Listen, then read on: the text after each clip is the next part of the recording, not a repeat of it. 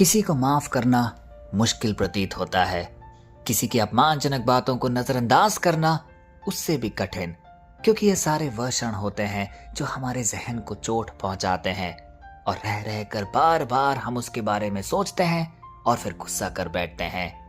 जरा सोचिए, घर में छोटी छोटी बातों पर चुप्पी छा जाती है। पति पत्नी के बीच में छोटी सी बात हुई होगी, लेकिन वह लड़ाई का रूप लेती है। कई दिन तक वह चुपचाप चुप्पी बनाए बैठते हैं। माता पिता अपने बच्चों के साथ कहासुनी हो जाती है, कुछ बातों में लड़ाई भी हो जाती है, लेकिन इन सब के कारण घर की शांति भंग होती है। क्या कभी हमने सोचा है इसका मूल कारण क्या है? ईगो। क्योंकि हम झुकना नहीं चाहते। हम अपने आप से कहते हैं, मैं पहले क्यों झुकूं, मैं अगले इंसान का क्यों सुनूं? क्योंकि कहीं ना कहीं हम अपने बुद्धि को, अपने सामर्थ्य को एक ऊंचा दर्जा देते हैं और इसी के कारण हमारे दिल में, हमारे जहन में पैदा होता है अहंकार, और वही अहंकार हमें निराशा की गर्त में पहुंचा देता है। कभी आपने सोचा है, हम सब चाहते हैं कि लोग हमें समझे, हमारी गलती को इग्नोर करे, हमें दूसरा मौका दे, लेकिन जब बात दूसरे की आती है तो सहनशीलता कम होने लगती है, तो हमारा दिल पत्थर बन जाता है। इसीलिए आज का वचन हमें एक मार्गदर्शक के रूप में समझाने आया है, जीवन के कई रहस्यों को बताने आया है कि यदि हमें जीवन में सफलता पानी है, यदि हमें जीवन में शांति चाहिए, तो हमें संयम रखना होगा। आइए आज के वचन का हम अध्ययन करें। आज का वचन हम पढ़ेंगे कुलुसियों की पुस्तक से, अध्याय 3 पद संख्या 13। इसे ध्यान से सुने। एक दूसरे की सह लो, और यदि किसी को किसी पर दोष हो तो एक दूसरे को क्षमा करो, जैसे प्रभु ने तुम्हें क्षमा किया वैसा ही तुम भी करो।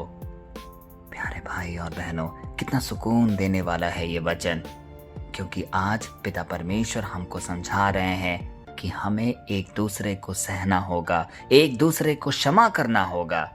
ये आसान काम तो बिल्कुल नहीं है, और इसकी यही सच्चाई भी है। अगर आसान होता तो बाइबल में इसे बार बार नहीं दोहराया जाता। अब यहाँ एक गहरी बात छुपी है। वचन हमें सबसे पहले एक एग्जाम्पल दे रहा है, जैसे प्रभु ने तुम्हें क्षमा किया वैसे ही तुम दूसरों को क्षमा करो। मतलब हमारी माफी का एक स्टैंडर्ड सेट किया गया है, और वह है प्यारे यीशु। अब सोचिए, यीशु ने किस किस को माफ किया? उन लोगों को जिन्होंने उसे क्रूरता से क्रूस पर चढ़ाया, और उस वक्त भी उसने कहा, हे पिता, इन्हें क्षमा कर। जरा सोचिए, कितनी पीड़ाएं उन्होंने सही, लोगों का अपमान सहा, लेकिन फिर भी उनके मुख में यही वचन निकला, पिता, इन्हें क्षमा कर। अब सच थोड़ा कड़वा लग सकता है हमें। हम छोटी सी बातों पर सालों तक गुस्सा रखते हैं। कई रिश्तेदार तो ऐसे होते हैं जिनका घर आना जाना भी बंद हो जाता है। बात सिर्फ छोटी सी होगी, घर में भी कई बातों पर तनाव छा जाता है। तो हमें आज समझना होगा कि समस्या है कहाँ। समस्या यह नहीं कि हम माफ नहीं कर सकते, समस्या यह है कि हम करना नहीं चाहते। हम दर्द को पकड़े रखना चाहते हैं, क्योंकि हमें लगता है कि यही हमारी ताकत है। लेकिन सच यह है कि नाराजगी हमें मजबूत नहीं बनाती, वो हमें अंदर ही अंदर खोखला करती रहती है।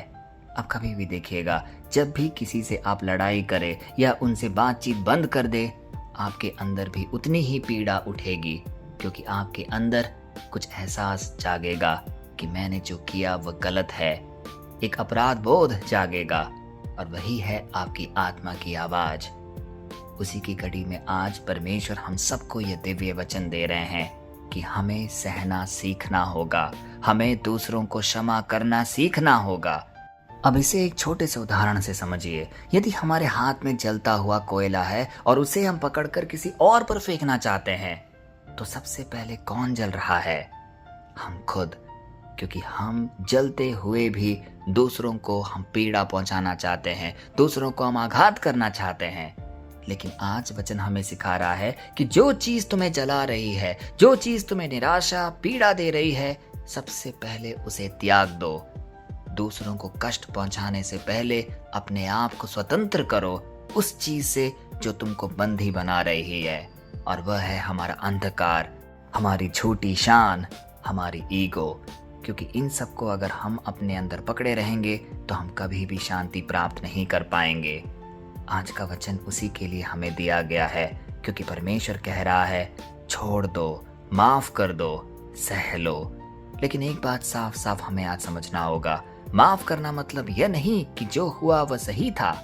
माफ करना मतलब यह है कि अब वो दर्द हमें कंट्रोल नहीं करेगा। अब हम उसके बारे में बार बार सोचकर अपने आप को व्यथित नहीं करेंगे। आइए आज के वचन का मर्म समझ के पिता परमेश्वर से एक खुली बातचीत करें। वह सारे क्षण याद करें जब औरों ने हमें पीड़ा पहुंचाई है, अपने ही घर में जब हमने तन्हा महसूस किया है, अकेला महसूस किया है, जब हमने सोचा है कि हे पिता, मैं तुझसे बहुत कुछ बातें करना चाहता हूँ, जो कुछ मैं पीड़ाएं सह रहा हूँ आज के इस जीवन में, उसे मैं आपसे बताना चाह रहा हूँ। आप मुझे मुक्त कीजिए, इन सारे जंजालों से आप मुझे छुड़ाइए, मेरे परिवार में, मेरे परिवारजनों के बीच में शांति लेकर आइए। तो आइए पूर्ण विश्वास के साथ हम एक शक्तिशाली प्रार्थना अपने पिता परमेश्वर को समर्पित करें। हे दयालु परमेश्वर, आज हम तेरे सामने अपने भारी दिल लेकर आए हैं, क्योंकि इस दिल में ऐसे बहुत सारे अपमानजनक बातें हैं जो दूसरों ने हमें कही है, वह सारे चोट है जो दूसरों ने हमें पहुंचाई है। आज हम उसे पकड़ कर रखना नहीं चाहते, लेकिन हम उस दर्द को छोड़ना चाहते हैं। हे प्रभु, आज जो भी यह वचन सुन रहा है उसके दिल को तू झांक के देख, तू उसे हल्का कर। जो भी गुस्सा, चोट या नफरत अपने दिल में दबाए रखे हैं उन्हें शांति प्रदान कर, उन्हें मरहम लगा, उनके अंदर प्रेम भर दे। हमें वही दिल दे जो तूने हमें दिखाया है। हमें सिखा कि हम माफ कर सके जैसे तूने औरों को माफ किया। आज हम अपने दर्द, अपनी नाराजगी और अपने टूटे हुए रिश्तों को तेरे हाथों में सौंपते हैं। हमें आज़ाद कर दे हे प्रभु, हमें शांति प्रदान कर।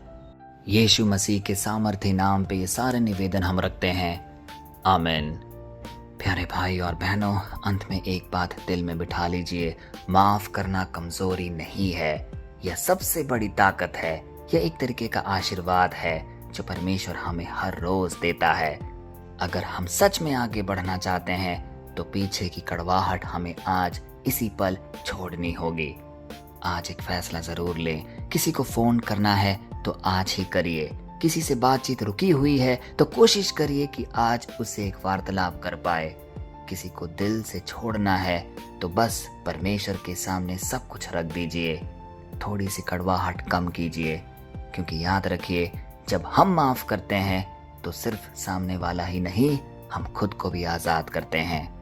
कल फिर हम मिलते हैं, तब तक के लिए पिता परमेश्वर की असीम दया, कृपा और क्षमा में आपको, आपके परिवारजन को, आपके हर एक निवेदन को हम प्रस्तुत करते हैं।